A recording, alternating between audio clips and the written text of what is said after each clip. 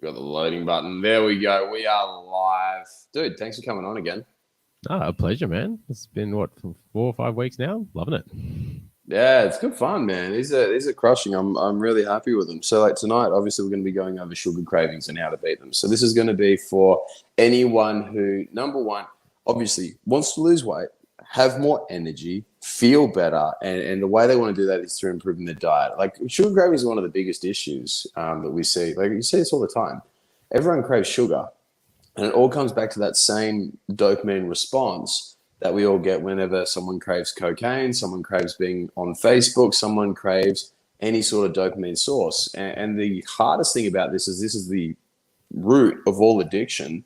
So, Harry, I'd love to. Oh, actually, by the way, before I ask you that, guys, if you're watching this live, please comment live. If you're watching this as a replay, please comment replay. It allows us to cater the content that we make to you guys a little bit better. So, Harry, where should we start in how we're going to beat sugar cravings? Well, first off, like the way that we like to look at everything is like look at what you're actually doing here. Like in searching for sugar, what are you actually trying to address? Like for a lot of people that are looking for sugar, the sugar and having that fix is just a band-aid of a root issue, right? Like, why are you craving sugar? Why are you craving dopamine? Why are you craving a pick me up? Like, what is deficient in your diet, in your nervous system, in your system as a whole that's causing you to need sugar, to need a Well, I pick think me up? we should break that down even further, dude, because there's two reasons, and I love that you brought that up. Why are we actually craving this? Um, there are two parts to that. Number one is like when we're craving sugar, we're craving it because we are calorically deficient and we just want to get some fucking food in. So any of your bodybuilders or whatnot, I mean, there are times that I was doing bodybuilding back in the day where I was eating fuck all and exercising a lot, and I just wanted to eat something. Like I just wanted to eat something, and sugar is the most palatable food. But then there's also the dopamine side of things, which is even more powerful a lot of the time. Like, can you expand on the difference between those two people? So, like, especially with the sugar, like the body craving sugar, right? Like, we actually have these neurons in our digestive system that send signals up to our brain and kind of detects like the quality of the nutrients that are coming in, right? It sends signals based on the sugar, based on fatty acids and amino acids. So when it senses sugar and that goes through the vagus nerve up to the brain, it sends another signal to another part of the brain which wants dopamine. I was like, that was cool. Let's get more of that. And one of the funny things that they've actually found is we get that signal, as I just explained, kind of comes from the gut. A lot of people think that craving comes from, oh, I like the taste of that, I want more, which sure is part of it. But they did this study where they actually put sugar into people's digestive systems. They bypassed all taste, and they still had those cravings. Like even though they didn't get a taste of it, that craving, I guess, was coming from their gut, telling their body we want more of that. Essentially, because it didn't satisfy a whole lot of needs, so we're going to need more of that to, I guess, nourish our body.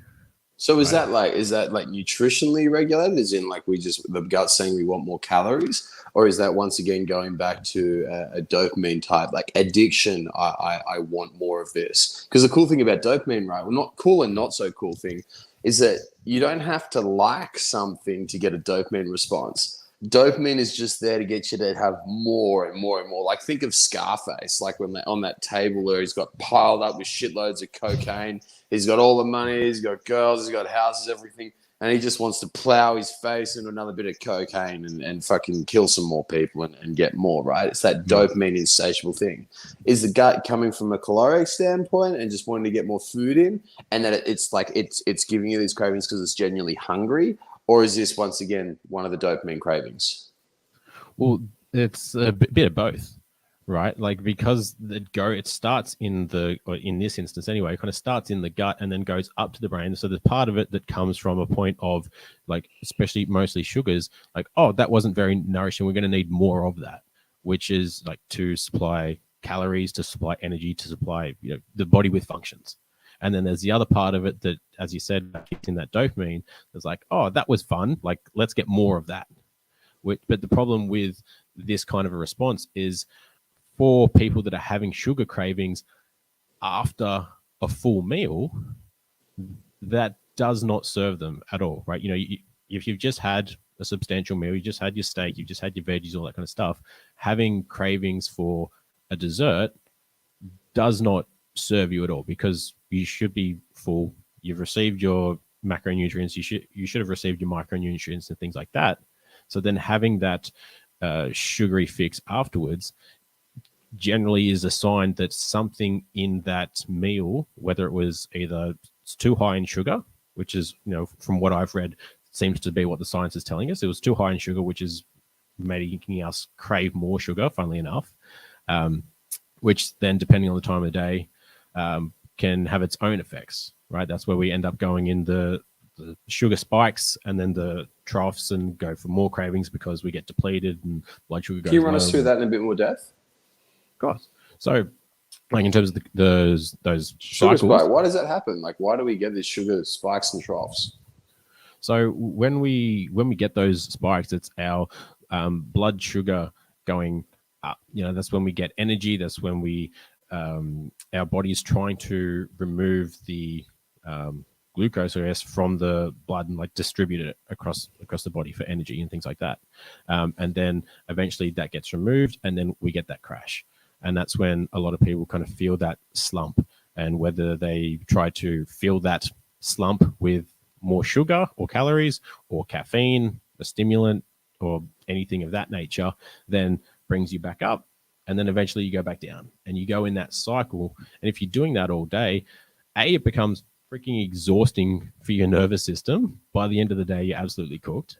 And then this is where a lot of people kind of get caught in that trap, is you get exhausted by the end of the day. And, for most people, we still have that little sneaky bit of dessert after dinner. So that causes its own little peak and trough. But because you're so exhausted, your nervous system's so exhausted from doing that all day, you don't have any issues getting to sleep. But then because of the sugar and everything else from dinner, then, and even alcohol, all that delays your body's, your digestive system in breaking that down, that filters over into your sleep. So if you're lying down, trying to sleep, and your body is still trying to break down alcohol and sugar or anything like that, then your digestive system is working harder because you don't have the aid of gravity anymore to break things down. So it's working harder, it's working longer, which means your heart rate is still elevated, which means it's going to take even longer while you're trying to sleep for it to drop down, which means it's later in the night before you get any resemblance of deep sleep and REM sleep. And then by the time you wake up, you may have slept through the night because you were just that exhausted, but you got one and a half at best cycles of deep and REM sleep, and you wake up feeling tired and cooked the next day. And then the first thing you reach for is that coffee. Or the other thing too that we often neglect to mention as well, if we have a shitty night's sleep, we immediately get a bump in cortisol, we get an increase in insulin resistance. So our levels of glucose are actually like higher the next day, which then sets us up for exactly what you said, for those peaks and troughs to start going again, like over and over and over.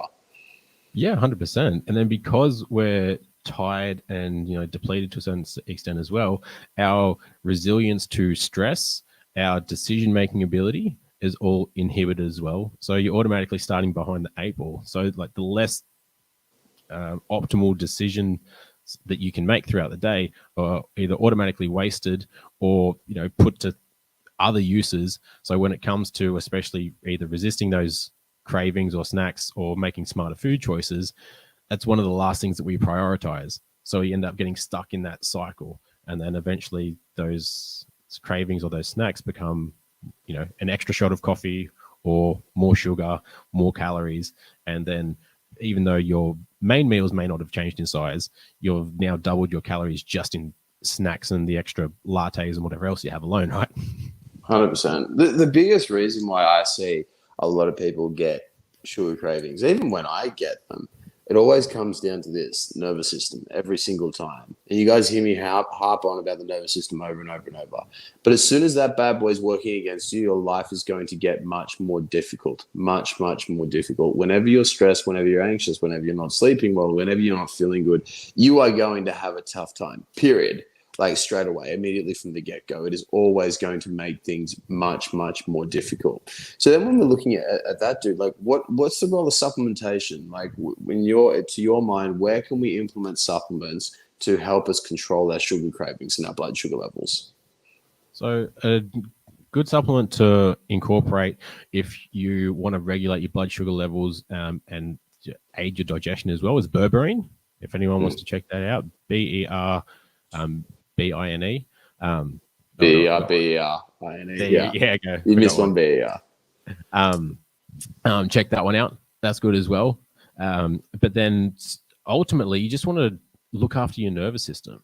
So supplements like GABA, like L-theanine, like reishi, anything like that is going to be massive for just not neutralizing, but keeping your nervous system nice and level, so it makes it easier for you to make decisions on what your body actually needs and what's going to be beneficial for you in doing what you need to do, both from a work standpoint, but also from a goals-oriented standpoint in terms of sticking to your calories and getting your steps in and all those kind of decisions that usually get flung out the window when we get stressed and everything turns to shit.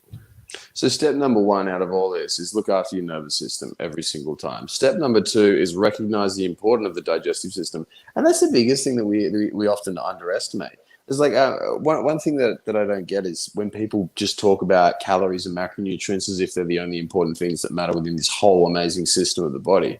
The digestive system is massive because our digestive system is the site where it regulates all this. It secretes all what these called incretins, which are like little hormones and not quite hormones, like enzymes almost, which help us with digesting and breaking down like all of our food. And the third thing is utilizing supplements appropriately, things like berberine to actually stabilize our blood sugar.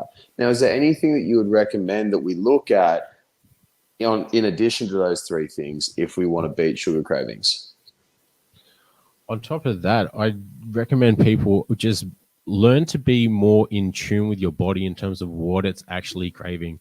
Like one of the things that I would like to get my guys to work on a lot is being in tune with yourself to know that what certain foods, certain habits, certain activities, certain stimuli do for you in terms of, do they make you sleepy? Do they make you alert? Do they make you lethargic? Things like that. And then if that's the case, either use it to your advantage. You're not going to have a meal or do something that makes you awake and alert at 9 o'clock at night when you try to go to sleep, and vice versa with something that makes you lethargic. But if it's something that's making you lethargic in the middle of the day while you're trying to work, don't be naive about it in terms of just trying to mask it and have more caffeine, things like that.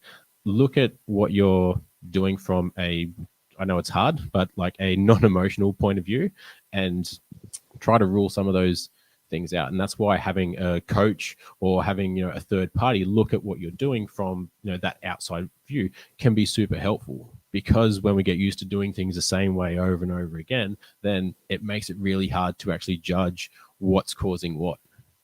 Right? Now, And especially when you sorry, go on, dude. Oh, I was just going to say, and especially when you're trying to cut out, talk to anyone that's cut out sugar or caffeine from having it as a pretty staple part of their diet. The first 3 to 4 days fucking suck, right? A lot of people get headaches. They get like standard withdrawal symptoms almost.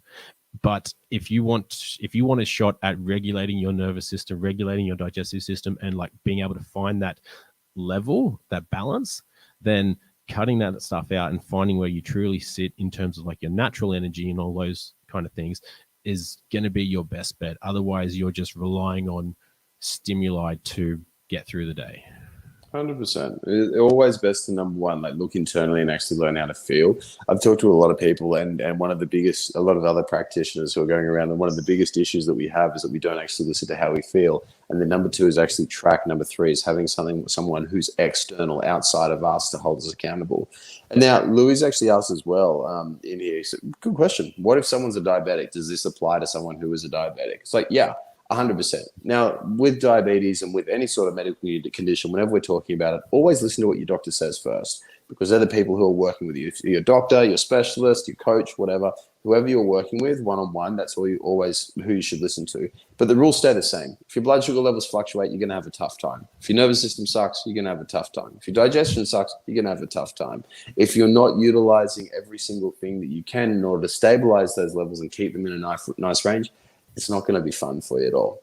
Now, guys, as well, if you find that because you get these cravings and you get all these energy highs and lows and ups and downs and you're all over the place, we've got something for you. Comment energy in the comment section below, and we'll hook you up with a free energy boosting cheat sheet, which will tell you exactly what you need to do in order to avoid feeling fatigued and lethargic throughout the day, beat 330itis, and just feel more on top of your game 24/7, 365. Like, literally, think of it this way. You know those days where you wake up and everything you touch turns to gold? Like, it's great. You fucking wake up, you rock hard in the morning, you're super energetic, you run downstairs, you get your breakfast ready, head off to work, crush your day at work, have an amazing day. It's literally like you're high-fiving everyone down the street and you feel really fucking good. Well, imagine if that's your life every single day. Not like once a year or once a decade, like every single day. If that's what you want, just comment energy down below and we'll help you out. But Harry, thank you so much for coming on, dude. It was fucking unreal. Really, really, really cool. And very simple. I love it. Yeah, a pleasure, man. Well, I know there's a thing, an issue, and a lot of guys and girls, obviously, have, and a lot of people just can leave it up to chance, I guess. Oh, it's just how I feel today, and you just go with the flow. But if you're someone that wants to be optimal, then leaving things like that to chance probably not going to be your best bet. And so getting on top of that is going to be massive for obviously like achieving your fat loss and your physique goals, but also having control over your cravings, inner peace as well, and just what you want to get out of life, right? Love it, dude. Yeah. Love it. Unreal. Thanks for your time, brother. Appreciate it. Likewise, man. See you soon. And by the way, comment energy below, guys, if you want access to that. If you want to boost your energy, feel fucking incredible every single day, energy below, just like James Moore's done. Speak to you soon, crew. See you guys. See ya.